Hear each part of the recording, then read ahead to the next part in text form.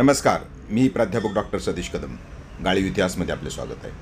आजचा आपला विषय आहे तुळजापूरच्या भवानी मंदिरामध्ये आल्यानंतर भाविकाच्या छातीवर कुंकवाचे छाप का मारले जातात, याचा शास्त्रीय धार्मिक सर्व आढावा या ठिकाणी आपण घेणार आहोत.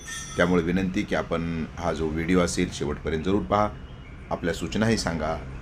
ज्यांनी सबस्क्राईब केलं नसेल सबस्क्राईब करा, लाईक करा आणि आवडल्यास निश्चित शेअर करा. सर्व मंगल मांगल्ये शिवे सर्वार्थ साधिके शरण्ये त्र्यंबके गौरी नारायणी नमोस्तुते. या गौरी नारायणला शरण जाण्याकरता सतत भाविक या मंदिरामध्ये येत असतात. मंगळवार आणि शुक्रवार खूप मोठी अशा प्रकारची गर्दी असते.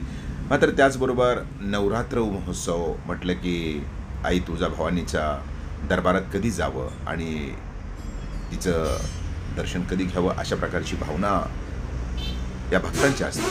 आणि त्यानुसार ज्यावेळेला भक्त तुळजाभवानीच्या मंदिरामध्ये येतो आणि मंदिरामध्ये आल्यानंतर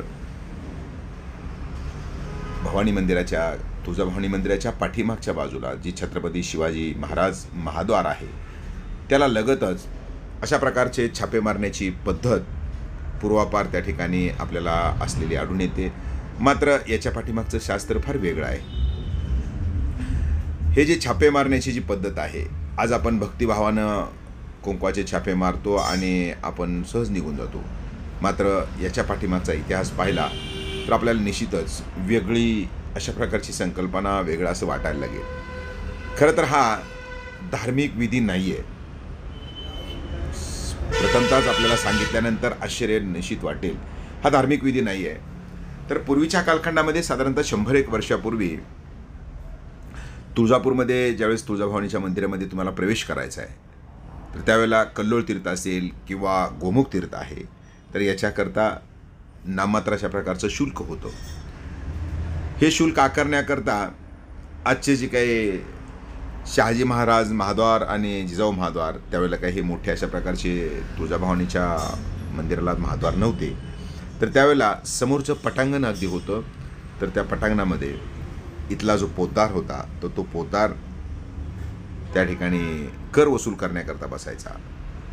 आणि त्यावेळेला पावती नाही आहे किंवा काहीच नाही आहे. 1 कंडा 2 आणे एवढा छोटा माफक अशा प्रकारचा कर तुम्हाला कल्लोळमध्ये जर जायचं असेल तर त्यानुसार ज्यावेळेला तो भक्त मंदिराच्या समोरच्या बाजूला येणार आहे तर त्यावेळेला पोतदार तिथं बसलेला असायचा.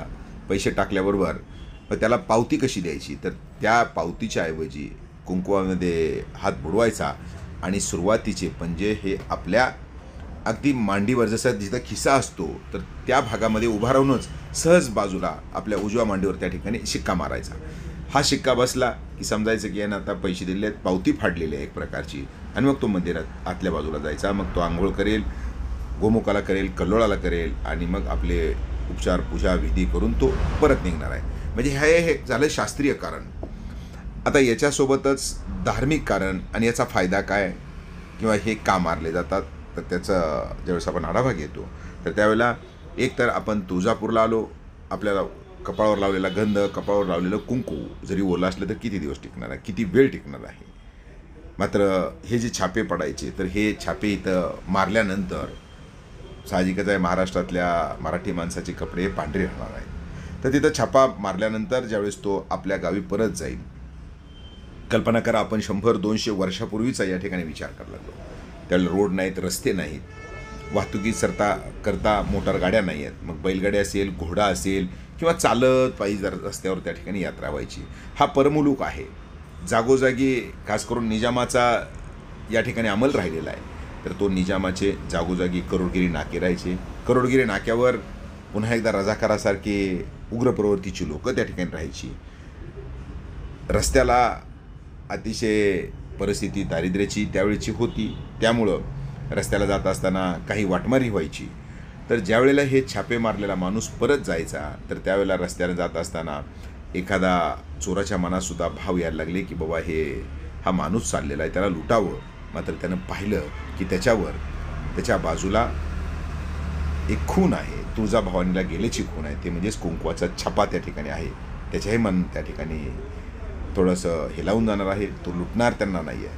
आणि जर गरज पडलीच, त्यांना जेवणाची गरज पडली किंवा आपल्यासोबत असणारी काही जनावरं आहेत, म्हणजे बैलगाडीमध्ये असणारं बैल असेल वगैरे, यांच्याकरता सहज जर कोणाला चारा पाणी मागितलं तर तोही सहज देणार आहे. म्हणजे याचा अर्थ असा होतो की सहज सहानुभूती म्हणून आपण देवीला गेल्याचं त्या ठिकाणी असणारी पावती तर फाडलीच, मात्र जात असताना त्याच्याकडं बघण्याची दृष्टी जी असेल ते निश्चितच वेगळी अशा प्रकारची दृष्टी त्या ठिकाणी निर्माण व्हायची. हा तुळजाभवानीच्या मंदिरातून आलेला आहे आणि त्यामुळे सुद्धा हे छाप दोन्ही अर्थाने त्या ठिकाणी उपयोगी पडले.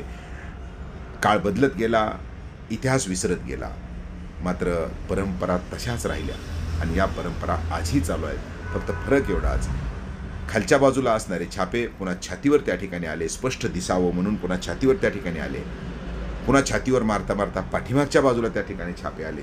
मात्र हे छापे आपण का मारतो याचा निश्चित कोणाला इतिहास माहीत नसतो. मात्र त्याच्या पाठीमागचा इतिहास आत्ता जे मी सांगितला त्यानुसार एकतर ती छापे मारणे म्हणजेच त्या कालखंडातली पावती आहे, दुसरं की त्याच्यापासून आपल्याला संरक्षण होणार आहे. या दोन्ही गोष्टीमुळं या असणाऱ्या कुंकवाच्या छाप्याची पद्धत त्या ठिकाणी पडली, ती रूढ झाली. मात्र का पडली हे आपल्याला निश्चितच माहीत नाही. मात्र त्याच्या पाठीमागचा इतिहास जाणून घेतल्यानंतर निश्चितच आपल्याला आनंद होईल. त्यामुळं हा व्हिडिओ आपल्याला कसा वाटला निश्चितच कमेंटमध्ये त्या ठिकाणी सांगा. आवडल्यास नक्की शेअर करा आणि सबस्क्राईब केलं नसेल त्यांनी सबस्क्राईब करायला विसरू नका. पुन्हा भेटूया नवीन व्हिडिओमध्ये. तोपर्यंत धन्यवाद.